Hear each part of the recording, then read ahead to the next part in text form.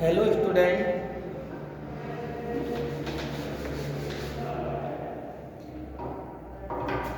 we had discussed about the introduction to the poem in our previous classes.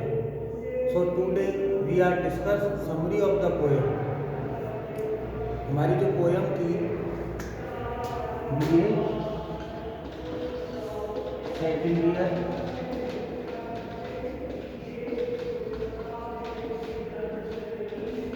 BA second year poem का नाम ode to the west wind ode to the west wind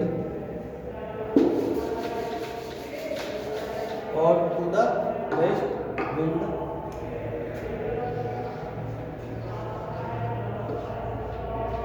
to the waste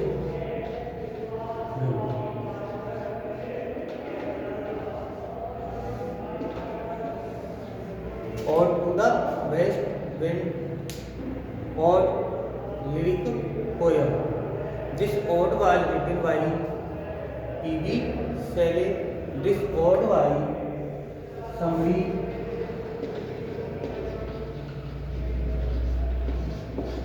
of the poem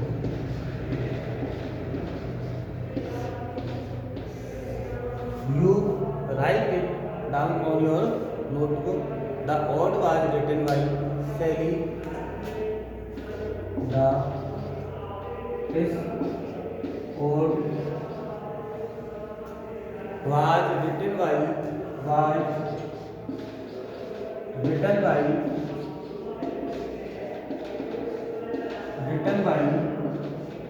this ode was written by P.V. Shelley.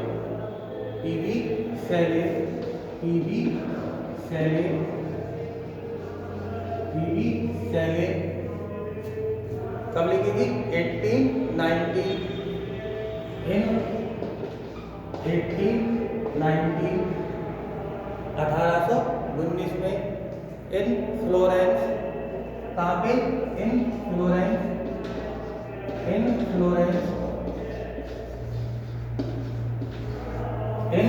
Florence Italy Florence ये कहाँ पे Italy में and was published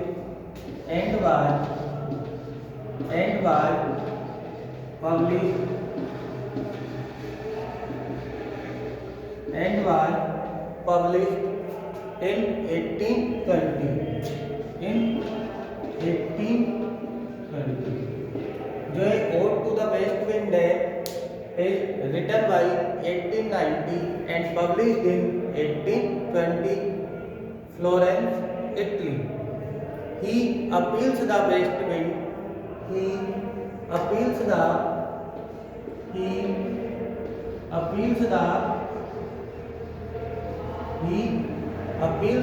west wind. He appeals the west wind. He appeals the west wind to infuse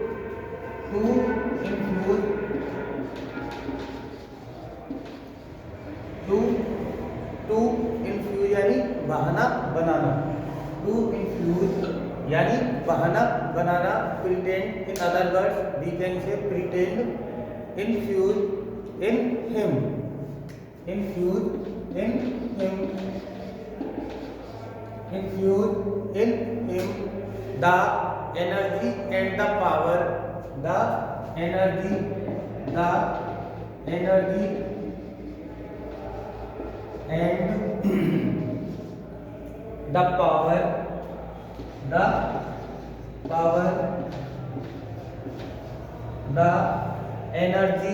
and the power the energy and the power so that he can write so that he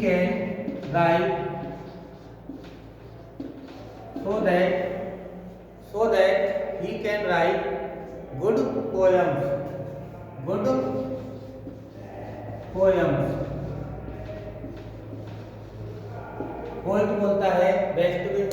कि तुम मुझे भी energy and ऐसी power दो जिससे मैं एक अच्छी कविता लिख सकूं। He treats west wind, he treats he treats he poet PV Shelley, treats यानी बर्ताव। He treats the west wind, he treats the west wind, he treats the west wind, he treats the west wind, he treats the west wind both as a destroyer and preserver, both as a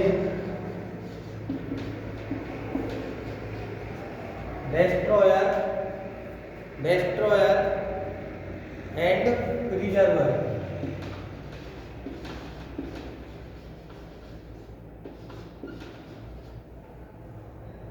विनाशक और संरक्षक। वह जो poet है west wind को क्या बोलता है, एक तो विनाश करने वाली भी और एक बचाने वाली भी, दोनों तरीके से उसके साथ बर्ताव कर रहा है। और we can say that in this poem poet west wind as a treat personification, जो उसका जो मानवीकरण करता है इसमें पोयम में वेस्ट विंड को वो यू से एड्रेस करता है, ओ यू वेस्ट विंड। तो वो दोनों ही चीज तरीके से वेस्ट विंड से बोलता है, एक तो डेस्ट्रॉयर और एक preserver. The theme is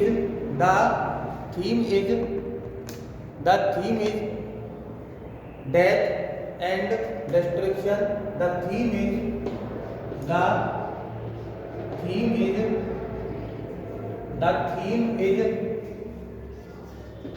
death and the theme is death and destruction।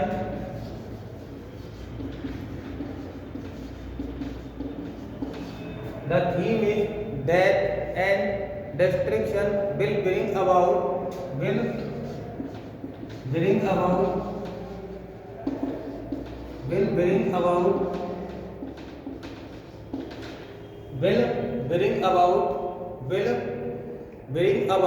birth and regeneration, bring about birth and regeneration।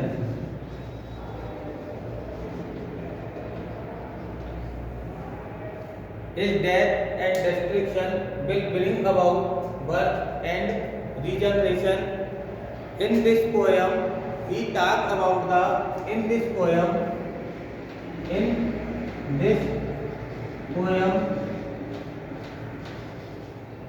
he talks about the in this poem he talks about the impact of the west, he talks about the impact of the west wind, impact of the west wind, impact यानी प्रभाव, influence of the west wind on leaves, clouds,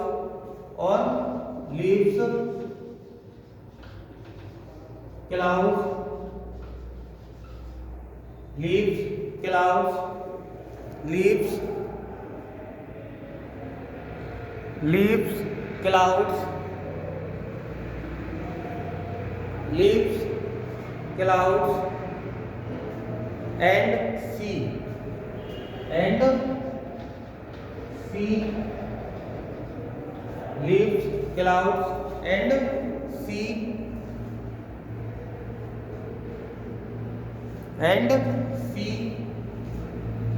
leaves, clouds, and he is inspired He is inspired. He is inspired by the intensity. He is inspired by the intensity and the strength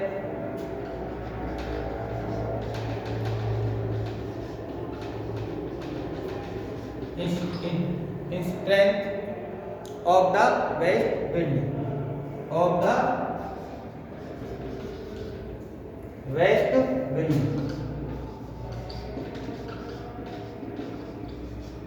Of the west wind. Of the west wind.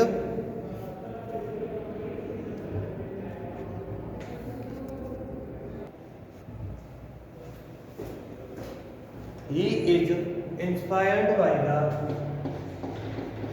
He is inspired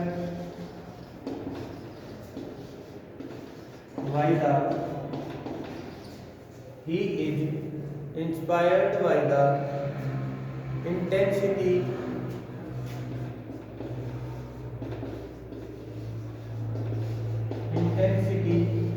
and he is inspired by the intensity and the strength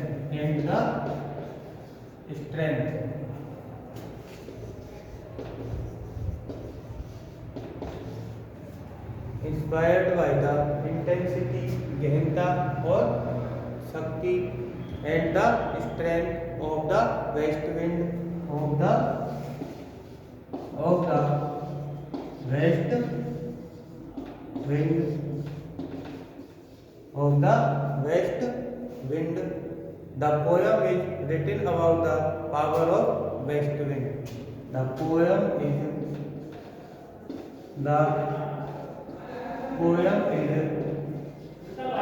written about the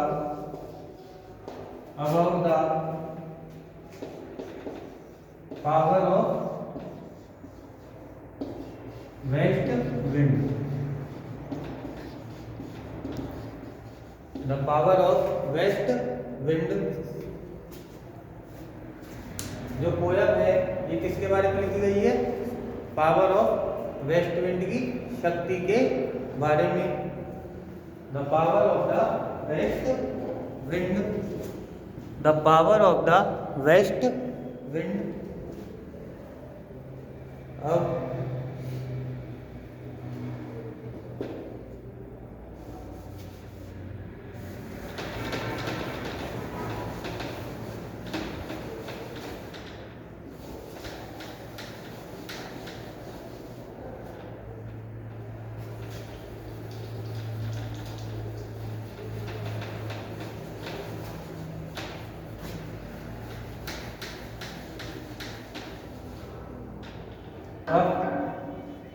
stanza by stanza explanation.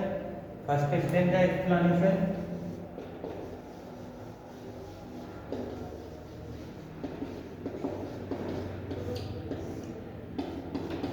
Explanation.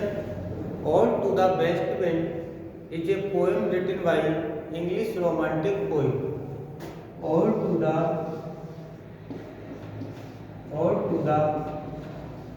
West Wind. Ode to the West Wind is a poem.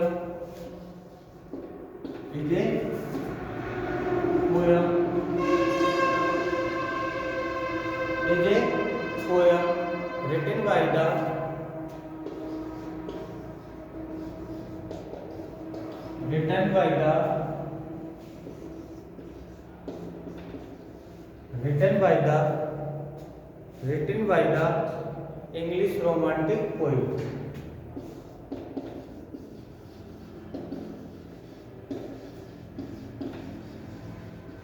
English romantic poet. Romantic एक मैंने शायद पिछले video में 1837 से बताया था, जबकि वो 1790 8 से बिगिन हुआ था जब लिरिकल बैलाड लिखा गया था। 1798 टू 1837 तक रोमांटिक एज रहा था।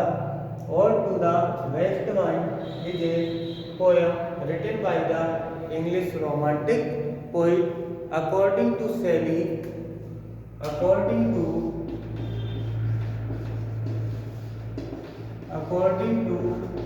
Shelley, according to Shelley, the poem was written the poem was written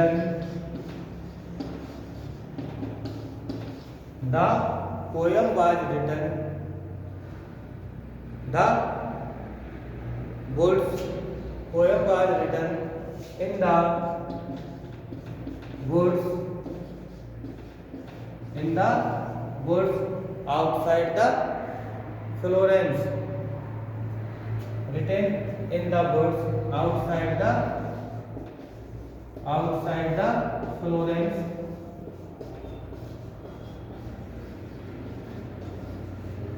Where is Florence? Italy. तो कहाँ पे लिखी गई थी पोयम? आउटसाइड यानी बाहर, फ्लोरेंस से बाहर जंगलों में यह कविता लिखी गई थी। Italy in the autumn, the Florence Italy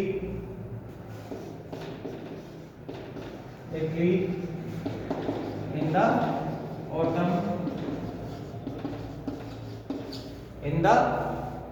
autumn, autumn यानी इंडिया में मतलब इन हिंदी पतझड़। In the autumn of 1890 and published in 1820. In the poem, the speaker directly addressed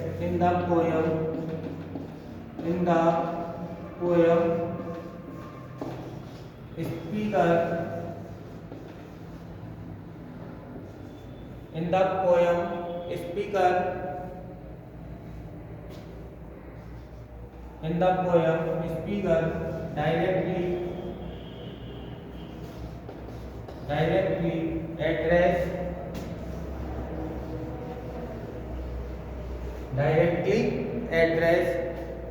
directly address the west wind.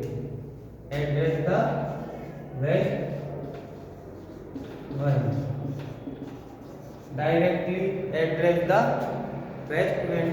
The speaker treats the west wind as a the speaker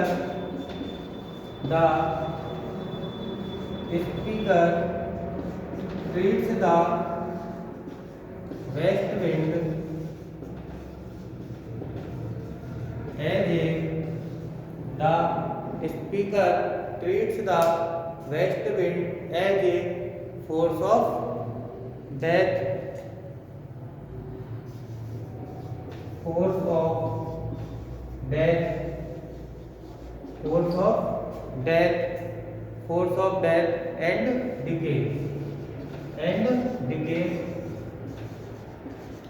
and decay, and welcome this death and decay, and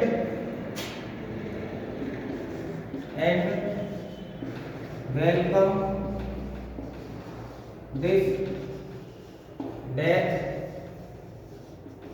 and decay, और इस मृत्यु और पतन का स्वागत भी करता है। वेस्ट विंड को एड्रेस करता है। The speaker treats west wind as a force of death and decay, मृत्यु और पतन का, विनाश का दबाव बताता है उस पर, वेस्ट विंड पर। और इसी को मतलब इसको ही को प्रिजर्वर भी मानता है और इसका वेलकम भी करता है डेथ एंड डिके का। And welcome this death and decay because it means the death, because it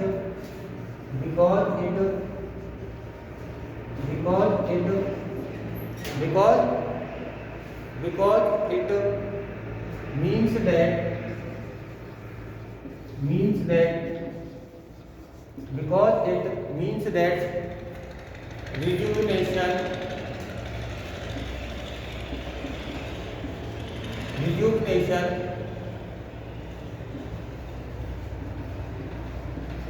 rejuvenation यानी उत्थान पतन या कायाकल्प। मतलब ये डेथ एंड डिके, इसका स्वागत इसलिए किया जाता है क्योंकि ये इसी से ही कायाकल्प होता है। एंड रीबर्थ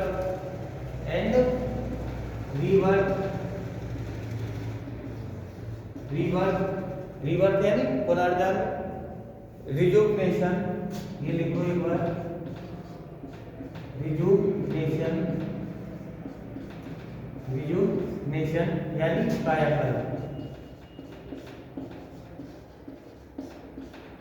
ये इंग्लिश में प्रोनाउंसिएशन है रिजुविनेशन, और ये इसका मीनिंग है कायाकल्प। And rebirth will come soon, and rebirth will come soon, rebirth will come soon. In the final two section, in the final two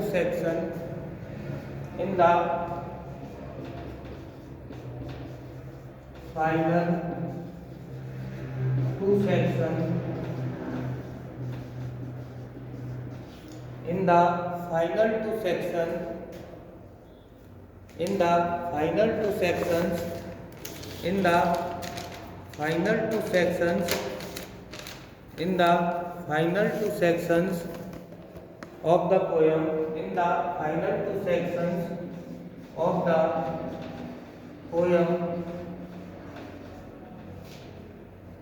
the speaker suggests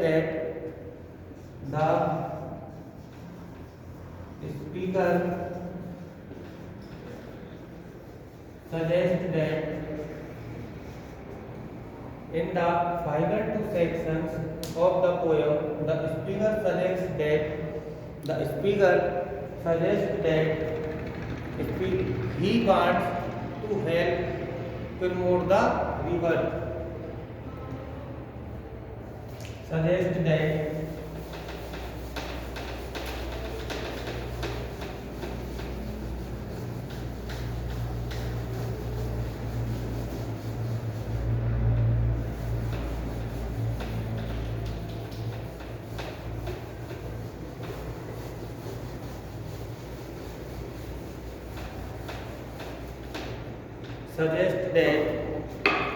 he wants to help promote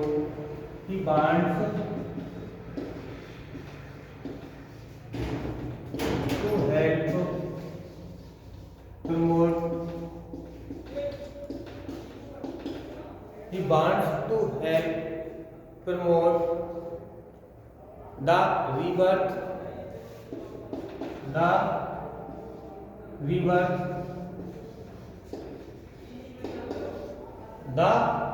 rebirth through his own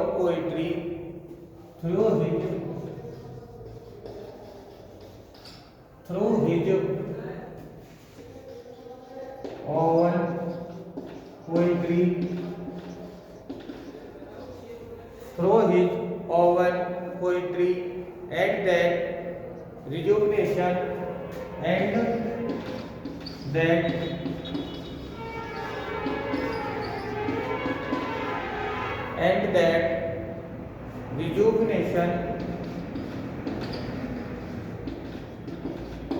वही कायाकल्प rejuvenation he hopes to see his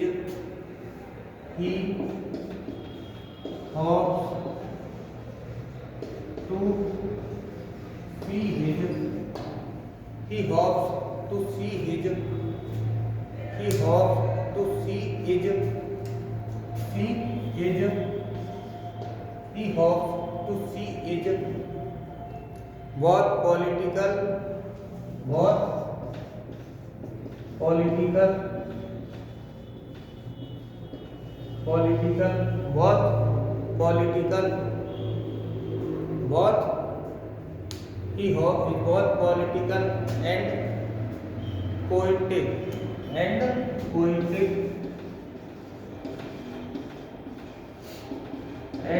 poetic and of society,